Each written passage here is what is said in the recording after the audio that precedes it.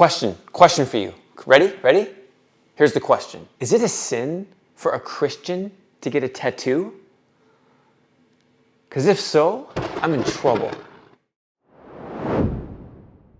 Hey, what's up everybody? Welcome to the video. I am the Tattooed Preacher, and in this video, I want to look at the controversial subject amongst Christians surrounding tattoos. And I want to answer the question, is it a sin for Christians to get a tattoo? Now, up until recently, I always just thought that, tattoos were kind of a big deal amongst older people. People probably my parents' age or my grandparents' age. But on my TikTok videos and Instagram Reels that I've posted over the last few months, my number one criticism has been about my tattoos. And these criticisms weren't coming from older people. They were coming from younger people. So I thought that being the Tattooed Preacher, I thought I would make a video addressing this issue once and for all, looking at what does the Bible actually say and is God anti-tattoo? So let's begin. Now, the go-to verse when we're talking about the subject of tattoos is Leviticus 19:28. And so I'm going to read it right now so that we are all on the same page. And I'm actually going to start reading in verse 26 just to kind of give us a bit more context. Do not eat any meat with the blood still in it. Do not practice divination or seek omens. Do not cut the hair at the sides of your head or clip off the edges of your beard. Do not cut your bodies for the dead. And here we go, verse 28, here we go. Or put tattoo marks on yourselves. I am the Lord. And all the anti-tattoo people said, amen.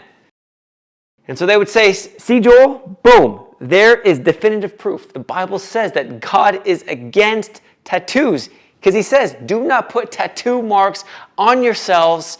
How can you even question that? How can you even argue against that? Well, let's talk.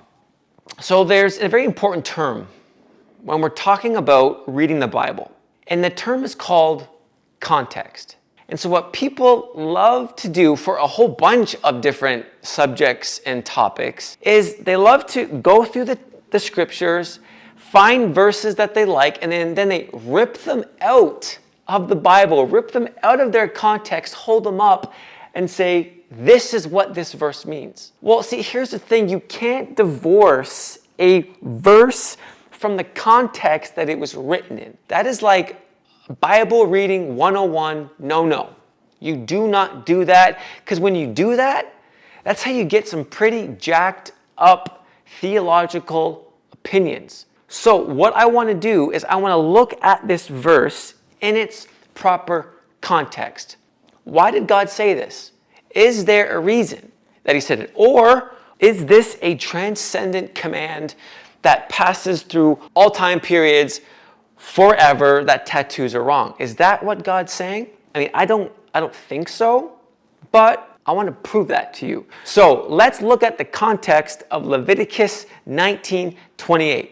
Okay, so the first thing I want to point out is this. This text was written thousands of years ago, and it was written to a group of people that lived in the ancient Near East thousands of years ago. People who lived in a culture and a society that was very, very different from ours. Different societal customs and traditions. Everything was different, all right? So that means something when we're looking at this verse. It wasn't written in the 21st century to 21st century people, okay? We have to remember that. Secondly, this text that we're looking at, Leviticus 19:28, is written in the book of Leviticus, which is all about the sacrificial system. Right? Now, we don't adhere to the sacrificial system anymore. Okay, so that means something. And then thirdly, Leviticus 19 itself is all about holiness. God wanted his people, Israel, at this time, he wanted them to be separate. He wanted them to be distinct. He wanted them to be different from all the surrounding nations around them. Because all the nations around them were pagan nations. They weren't God-fearing people. They were anti-God. So God wanted his people to be a light, to be different, to be set apart from all of them. And so to do that, God gave Israel their own law. God gave Israel their own bunch of commands and rituals and customs and things that they had to do that would separate them from the nations around them. Are you with me? We even see in verse 26 that we read, God says, do not eat any meat with blood still in it. Now, I'm not going to get into this whole blood conversation, but they couldn't have medium rare steak back then because blood meant something different in that specific time period than it does for us today. Blood to us today, some people like it, some people don't. I like my steak medium rare. I like it a little bit bloody. That's who I am now. But that wasn't that specific time period then. So God said, don't do that. And then he also said, do not cut the hair at the sides of your head or clip the edges of your beard. Don't cut your hair a certain way and don't shave a certain way. Well, clearly in our culture today, our day today, we can cut our hair and shave however we want to shave, right? There's no biblical laws against cutting your hair and shaving today anymore. This was for that time. Now we get to verse 28, where God says, don't cut your bodies for the dead or put tattoo marks on yourselves. So we have to ask ourselves the question, is this specific law then on tattoos a transcendent law that just surpasses all customs, all traditions of all time periods? Or is this a contextually for this specific time period, for this specific group of people? Well, let's keep digging. Now, if you do some historical research about the nations that were surrounding Israel at this time, you'll discover some pretty interesting things. And one of these things is that they would participate in these ceremonies and rituals that were super demonic. Things were happening here that was completely nasty. I mean, they are sacrificing animals, they're sacrificing people, they are worshiping false gods, performing all these rituals where they're cutting themselves to false gods. And in the midst of these rituals and ceremonies is where tattoos would happen. So it's not like today, or if I'm like, you know what? I want a new tattoo. So I'm just going to go down the street to my local tattoo place and get a fresh tattoo. It wasn't like that then. See, in this time period, if you got a tattoo, it meant that you were at one of these ceremonies and you participated in one of these rituals and ceremonies and all the nasty stuff that was taking place. So if an Israelite decided to walk into camp and someone noticed their arm, that they had a tattoo on their arm, everyone would instantly know. Hey, they'd be like, hey, you were at one of those ceremonies, weren't you? Why? Because they got the evidence. Tattoos only kind of happened in those ceremonies and rituals.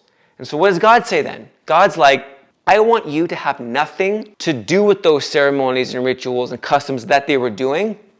So, no tattoos. So it's not necessarily that God was against the tattoo itself. It seemed that God was against tattoos because of what they meant and what they were associated with, not necessarily just the tattoo in and of themselves. Are you still tracking with me?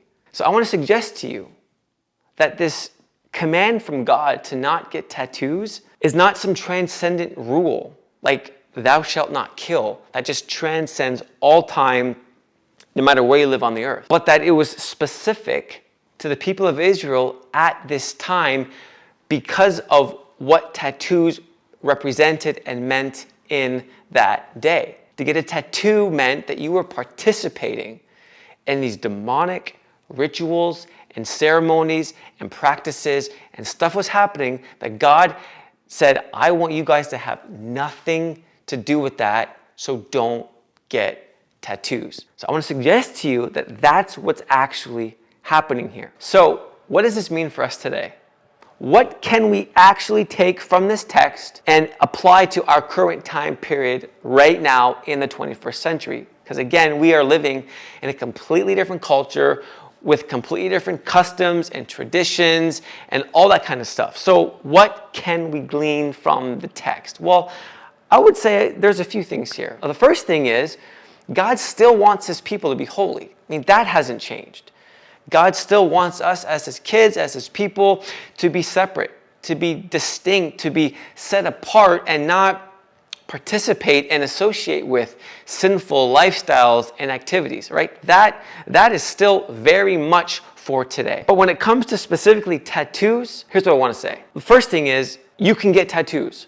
So let me just, as best I can, just take off that shame and that guilt and that burden and that confusion and all of that. God is cool with you getting tattoos. Leviticus 19:28 has nothing to do with tattoos being wrong for us today. Again, different time period, different rules, different restrictions. All of that was different then than it is now, okay? So you can get tattoos, breathe, be excited, be happy, awesome. But there's a caveat here. Yes, you can get tattoos, but there is, I think, such a thing as wrong tattoos. So tattoos are okay to get, but there are maybe wrong tattoos that we can get. And so what do I mean by that? Well, I don't think God will be cool with you if you kind of went out and decided to get some kind of satanic imagery on your body. Or you went out and got some kind of profanity, some kind of profane imagery or statements written on your body. I don't think God will be cool if you went out and got a picture of a false god from some other religion, worldview on your body. That probably wouldn't be a good idea. And I would venture to say that that would probably be sin for you to do that. So while we can get tattoos, while that's completely normal, there are tattoos that we probably shouldn't get. All right? So again, God doesn't necessarily care about the physical act. It's kind of what the tattoo represents, what it symbolizes, and what it means. So if you're going to get a tattoo, make sure it's godly. Make sure it's not sinful. Make sure it's not dishonoring to God. All right? I feel like that should go without saying. So that would be my only caveat with getting tattoos. Secondly, and I'll conclude with this, tattoos are forever.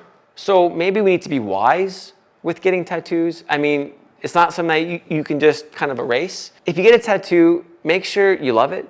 Make sure you're not going to regret getting it in 10, 15, 20 years down the road, because tattoos are forever. All right? I think that's good. I think that's it. I think I said everything I wanted to say. I hope that made sense. Tattoos are cool.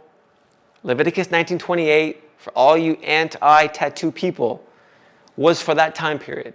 It's not for today.